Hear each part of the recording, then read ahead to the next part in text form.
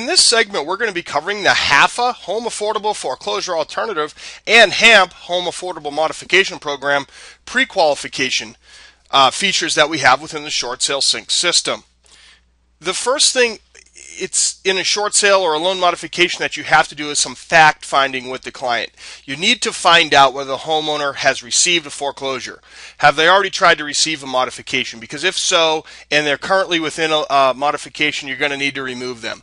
Is the homeowner behind on payments? What do they have in their checking savings account? The size of the household.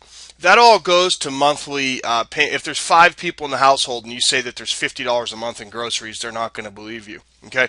Is the homeowner currently within a bankruptcy? Have they sought credit counseling? Has an offer been received? These are all real important things on the home. They also go to fill out some forms that we have on the document section inside of the software. Okay, so once the seller will be seeing this when they log in from your website or when they apply now on your website, they'll be seeing this application all the way down to repairs. Okay, so we'll continue through the Wizard and the HAFA and HAMP Prequal Wizard feature that we have in Short Sale Sync. The next thing that's very important, this is a HAFA file, otherwise it would say HAMP.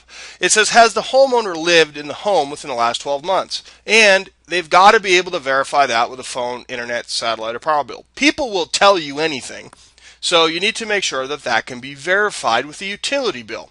The mortgage balance, including all past due principal, tax, interest, taxes, insurance, and stuff, has to be less than $729,750. In other words, when you order a payoff, it's got to be less than $729,750.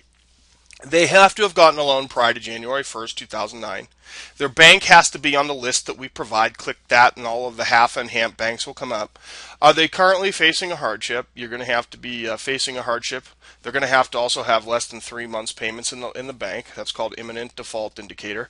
And you need to be sure if the homeowner has received any HAFA solicitation letters or a HAFA SSA or short sale agreement in the mail from their lender, because they only have 14 days. So if they click yes here, you're going to need to react quickly, and hopefully the 14 days has not passed. Now, you'll notice, and this is for you, the seller of the home does not see this, or the loan mod client, but if they clicked no here, it would tell you at this time they don't qualify. If they click yes, if it's all yes, it'll say that they do qualify. All right. So as the programs change, we keep abreast of that situation, and we will be adding any more questions to this that we need to as things change. All right. Other things you need to pay attention to are junior lien holders, etc., and we'll get to that in some more of these questions next. Okay.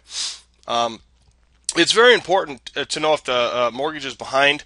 Also, it's very important, especially with HAFA, if there's a second or third mortgage has been charged off or sent to collection. HAFA will only allow a $6,000 payment, total payment.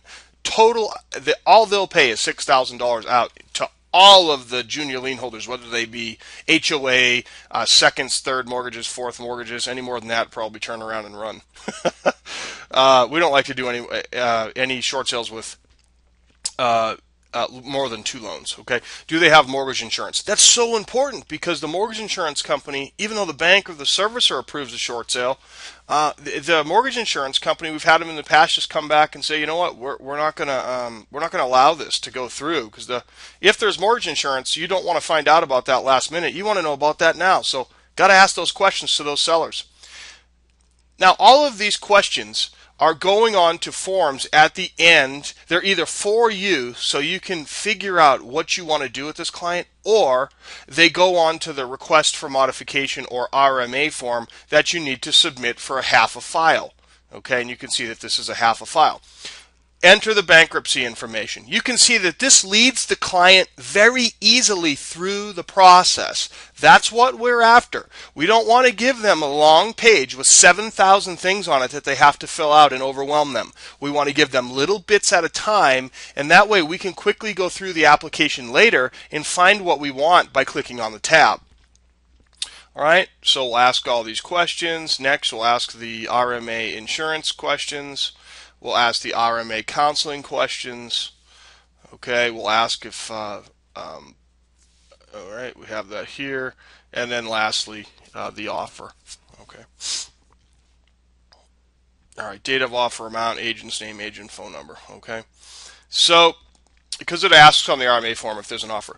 We hope you see how important it is to do this fact finding within a short sale file or a loan mod file or a HAFA file. It is very important to have all of these items at your fingertip. It is also very important to have a good user interface or something that is very good or very easy for your seller to go through and fill out without getting overwhelmed. So we lead them through here and basically hold their hand through the whole process.